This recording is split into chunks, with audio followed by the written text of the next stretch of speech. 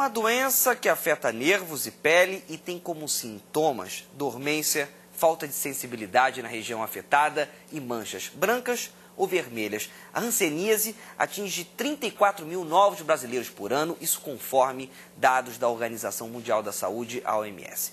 O país segue ocupando o primeiro lugar no ranking mundial de prevalência da doença, mesmo com tratamentos que levam à cura. Para órgãos e entidades como o Movimento de Reintegração das Pessoas Atingidas pela hanseníase, não há mais dúvida. Os medicamentos disponíveis no Sistema Único de Saúde precisam estar aliados à informação para prevenir, identificar e parar com a transmissão da doença, do medo e do preconceito que ainda existe. Saiba mais na reportagem de Dani Moura.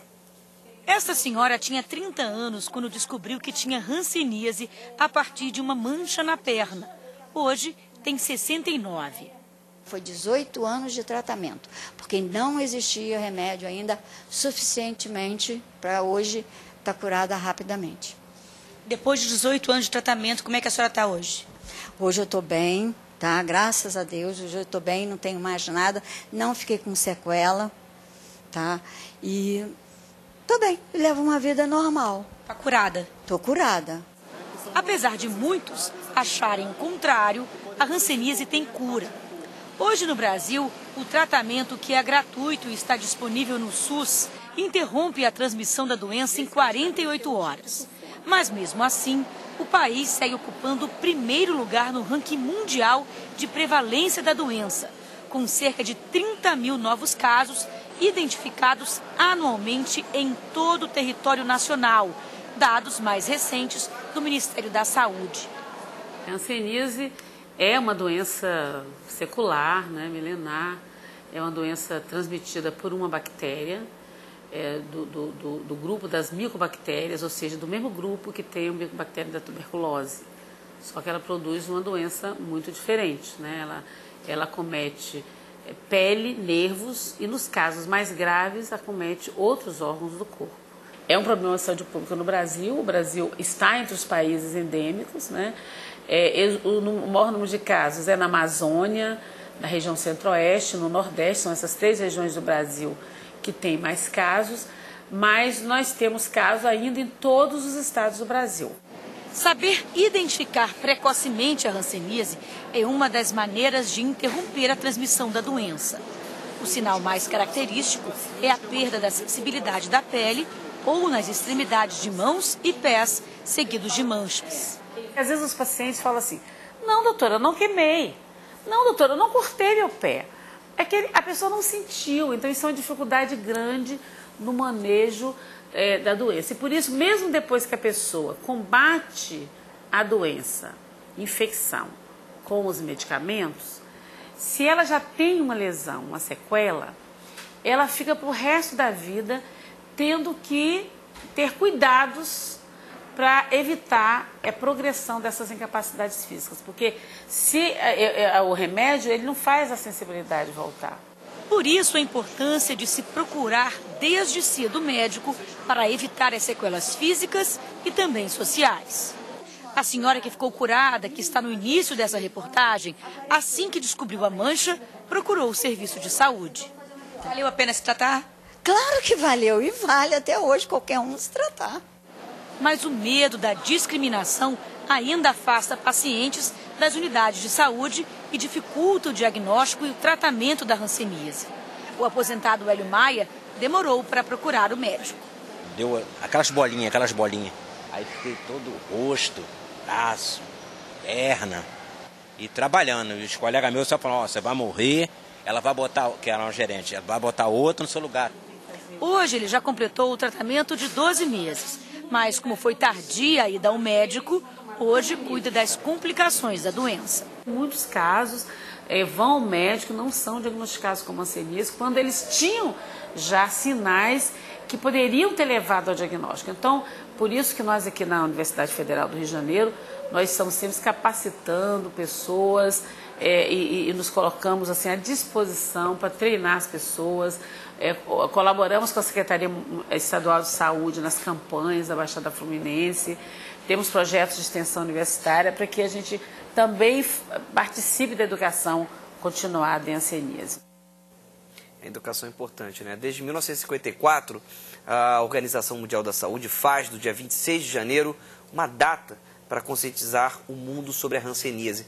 Para falar um pouco mais sobre esse assunto, nós trouxemos a Ellen Regina de Oliveira. Ela é assistente social e membro da equipe multidisciplinar do programa de hanseníase do Hospital Universitário Clementino Fraga Filho, na UFRJ. Você que está aí do outro lado da tela pode participar. O nosso telefone é o 0 operadora 21 2273 5020 e o nosso Twitter é o @canalfutura. Tudo bem? Tudo bem. Boa tarde, seja bem-vinda. Primeira pergunta, como se prevenir? Não existe uma vacina ainda para a prevenção da hanseníase. Então, a recomendação é que, tão logo você suspeite ou tenha certeza que uma pessoa está acometida pela doença, ajudar a orientar a procurar o posto de saúde mais próximo da doença, né, para começar o tratamento, para evitar a cadeia de transmissão. Existe ainda uma recomendação das pessoas fazerem uma vacina BCG para evitar formas mais complicadas da doença quando já se sabe que ela tem contato com uma pessoa doente ainda sem tratamento. Então, BCG é um paliativo para as formas, não evitar a doença, mas evitar que ele tenha um agravo da doença. E a prevenção é fazer o diagnóstico mais precoce possível dessa doença e evitar a cadeia de transmissão. A gente viu na matéria alguns dos sintomas. Eu quero que você me explique como é que é o tratamento. O tratamento da hanseníase ele pode variar de 6 meses a 12 meses, naturalmente. 6 meses são as formas quando é diagnosticado precocemente o bacilo que transmite a doença. Dessa forma, geralmente o paciente não transmite a doença e é recomendado um tratamento com quimioterápico durante 6 meses, um tratamento de poliquimioterapia, e ele ao final do tratamento avaliado e ele é considerado curado da doença. As formas que nós chamamos de mais grave, não grave do risco de vida, mas a forma mais grave que teve um diagnóstico mais tardio, é recomendado um tratamento de 12 meses, porque ele tem uma quantidade maior de bacilos. Então é recomendado 12 meses e é uma forma também curável. O tratamento é um tratamento longo, querendo ou não, e a gente tem a questão do preconceito que eu falei no começo, falei na cabeça. Esses dois fatores afastam a pessoa de um tratamento, afastam a pessoa de procurar uma ajuda? Pode ser um motivo sim para o afastamento, porque a doença, as pessoas ainda não entenderam a hanseníase como uma doença de pele, como outra qualquer, que tem tratamento e cura.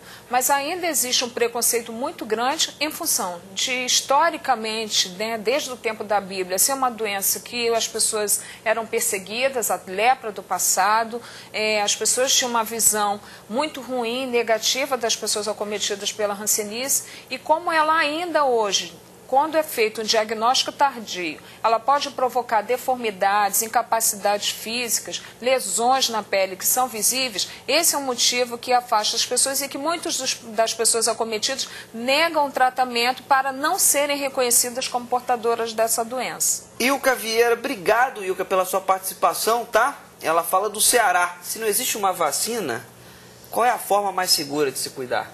Como eu já disse, a hanseníase, ao contrário do que as pessoas pensam, não é uma doença de fácil transmissão. Para você ser acometido pela doença contaminado, você tem que ter um convívio longo e prolongado e íntimo com essa pessoa. Então, os contatos eventuais não transmitem a doença. As pessoas acometidas, tão logo tenham conhecimento da doença, elas devem procurar uma unidade de saúde pública e iniciar o tratamento o mais rápido possível. Aos 15 dias, fazendo uso da medicação recomendada, eles não transmitem mais a doença. Então, a prevenção é educação em saúde, é informação. As pessoas têm que conhecer hanseníase, têm que saber os sinais e sintomas da doença e todos nós devemos colaborar para prevenir e ter controle dessa doença. Ainda, infelizmente, não existe uma vacina, mas a prevenção é a informação. Você vê, nós somos campeões ou vice-campeões, existe uma dúvida nisso, mas definitivamente nós estamos no topo do ranking de países com maior incidência dessa doença. Há chances de nós sairmos dessa situação? O Ministério da Saúde, a Organização Mundial de Saúde, todas as equipes de saúde vêm trabalhando para isso e essa é uma meta que nós, infelizmente, não vamos atingir a curto prazo, mas a ideia é essa de trabalhar. É claro, hoje a doença, há alguns anos, desde a década de 80, mudou o esquema de tratamento. O tratamento é acessível a qualquer pessoa, a qualquer população, porque todos os postos de saúde têm tratamento. A medicação é distribuída pelo Ministério da Saúde, você não precisa pagar para ter acesso à medicação. As equipes de saúde, como a doutora Maria Leide falou, elas vêm sendo capacitadas e treinadas a reconhecer os sinais e sintomas e tratar da doença, e contamos ainda com os centros de referência. Além disso, nós trabalhamos ainda com cirurgias reparadoras, ainda tem uma oferta no serviço público, cirurgias reparadoras. Todas essas ações reunidas levam ao controle e nós pensamos, sim, um dia conseguir erradicar essa doença totalmente. Obrigado pela sua vinda. Boa tarde, tá? Boa tarde. A gente vai para o intervalo rapidinho. A gente volta já já. Mais mudanças no tradicional carnaval que atrai turistas para as repúblicas de estudantes em Ouro Preto, Minas Gerais.